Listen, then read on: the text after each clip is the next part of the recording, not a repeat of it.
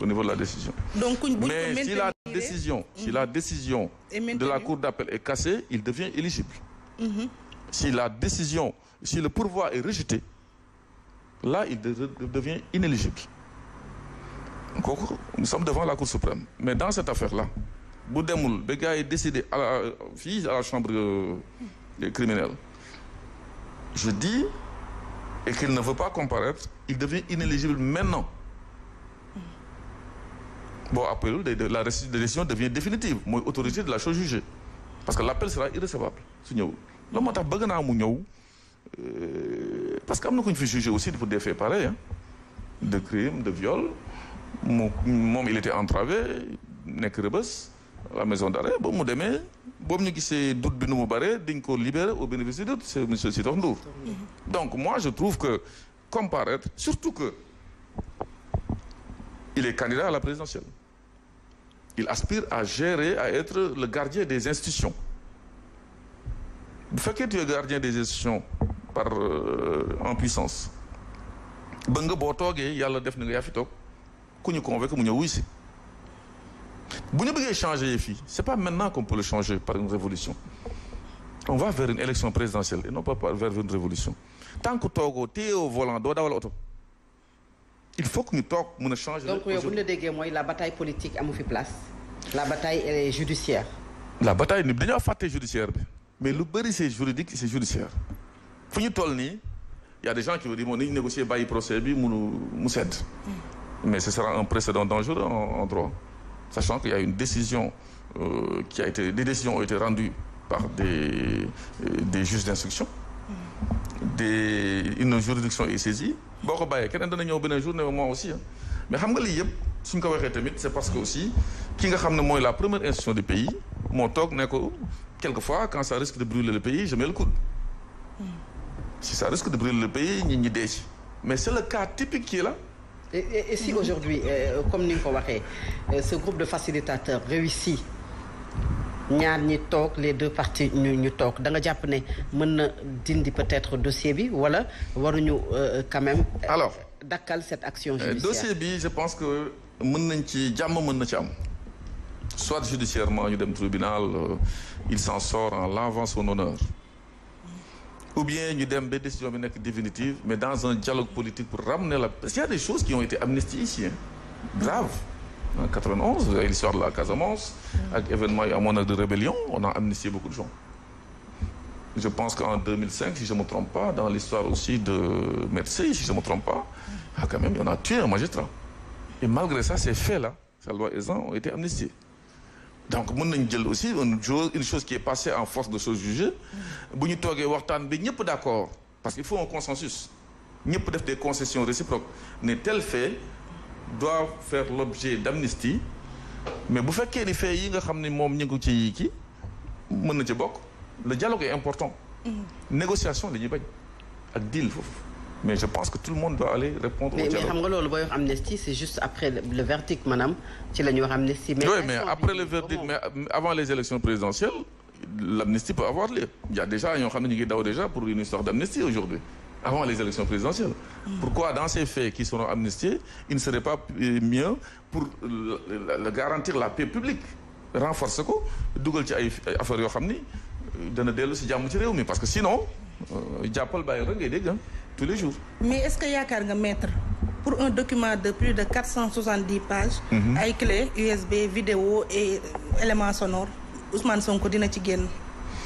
Mais xanaa da nga présumer lu nekk ci vidéo yi mën na fekk ce sont des choses qui n'accablent pas Ousmane Sonko, il peut fekk ce sont des choses qui le disculpent. Voilà. xam nga dañu ne vidéo rek ñenn ñi dem seen ay xel ci yenn affaire man coow li bëri na. Mais il a quand même des éléments à sa décharge. Projection biñ ci bëgg a def nag. On a vu que hier au tribunal préparé des éléments pour projeter ces vidéos-là. Je n'étais pas au tribunal et je ne vois pas des choses... Est-ce que ça peut le rassurer en tant que leader politique? Il aspire à diriger ce pays. Vous savez, le droit, ce n'est pas fait pour nier. Il faut que ce soit équitable. Un procès équitable. Vous faites qu'une partie a des éléments à charge. Beaucoup de tribunal élément tel, il faut le projeter, on le projette. Pièce telle, il faut le sortir, mouille papier, il faut ñee tamit élément à décharge c'est pareil. Donc je pense que bu ñu fa tefee benn écran ñu ni bon lii c'est pour projeter ñeneen tiit dem mais je ne sais pas qu'est-ce qui se passe mais ce qui est clair et net que mooy dans une histoire de viol monsieur Sonko dans ce dossier-là peut s'en sortir. lan nga jàpp ne moom mooy élément de décharge yi. Élément déchargé mooy les contradictions qui sont dans ce dossier. Parce que vous savez dans un dossier pareil c'est comme si on avait l'impression qu'on avait piégé quelqu'un à un moment donné de la procédure. Parce que lorsque la fille dit. ci wolof waa maître. bu fille bi ne. mais waa ji gëj na fi il faut que mu ñëw. c'est parce que ñu ngi koy xaar.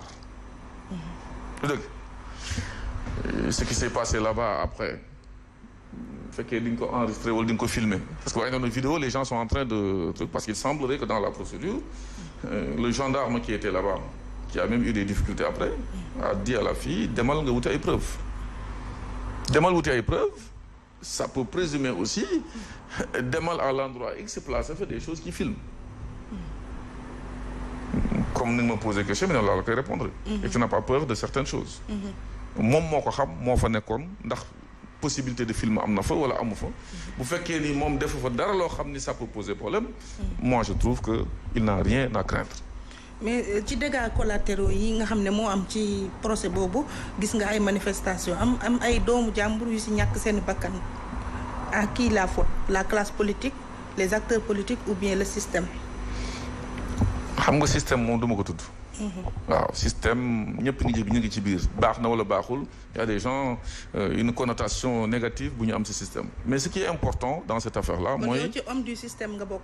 oui mais loolu ma lay wax rek man yàgg naa ko wax dans beaucoup de procédures faut pas appeler la rue pour un soulèvement dans une histoire boo xam qui doit être tranchée par des gens qui sont là qui sont les institutions dans une république fii lu fi xew ñaari nit di jàppante mënuñu ko fajal seen bopp di dem fu mbax na nekkee benn loolu il faut que ñu def ko comme en avance su bàyyee ñi ku nekk di fajal sa bopp comme li nga wax lii ak li nga constaté mooy am des gens qui vont profiter aussi de l'occasion politique nekkul seen affaire droit nekkul seen affaire mais yàq sàcc saccager détruire et puis commettre des infractions ça on le voit donc yooyu yëpp ce sont des choses maintenant sur le plan purement politique il y a des comportements qui ne sont pas politiques quand on prend des cocktails Molotov ñëw fekk par exemple un dépôt de Dakar dem di ko taal plus de 149 bis moi je trouve que kooku bu leen jàppee bu ñu nee ay délits politiques wala infraction politique moi je peux comprendre kenn koo xam ne a émis son opinion sur certaines choses comment marche le pays ñu jàpp tëj ko pour rien du tout wala un sourire ou bien xam nga yooyu yëpp am na fi loolu am na mais ce qui est clair c'est qu'il faut qu'on arrête un peu de profiter des occasions comme ça pour mettre le feu au pays. alors ci procès bi ba tey tax waa Yewwi Askan Wi def conférence de presse pour appeler à une manifestation un grand rassemblement pas seulement à Dakar mais dans presque tous les départements le 26 naka nga ko jàngatee aussi. dara ils ont le droit c'est la constitution qui prévoit la possibilité de faire des manifestations si c'est pacifique et c'est pas violent et c'est autorisé il y a pas de problème si c'est pas autorisé il faut faire un référé devant qui de droit la Cour suprême c'est ça le droit aussi loo def leneen rek c'est une violation manifeste sauf si maintenant de l'autre côté il y a des choses qui sont faites pour entraver la liberté de manifester. mais pour la date du 26 aussi. Pour ne pas faire d'amalgame, il y a Thérèse Faye qui a appelé à une manifestation à la place de la Nation à cette même date et elle a même déposé la demande d'autorisation depuis lundi. Est-ce que les autorités qui sont là, le préfet, le gouverneur prendront leurs responsabilités pour éviter des clashs? loolu moom yàgg nañu ko def quand il y a deux manifestations qui risquent de poser problème mais ils prendront une des décisions dans l'intérêt de tout le monde ou bien interdire ñaar yëpp. donc man je ne présume pas de la décision qui sera prise. mais bu fekkee ne kii moo njëkk a déposer demande d'autorisation. vous savez autoriser une manifestation c'est pas uniquement maa la njëkk wala njëkkuma la il y a aussi des choses qui vont voilà parce que manifester c'est une chose mais préserver aussi les biens des autres c'est autre chose.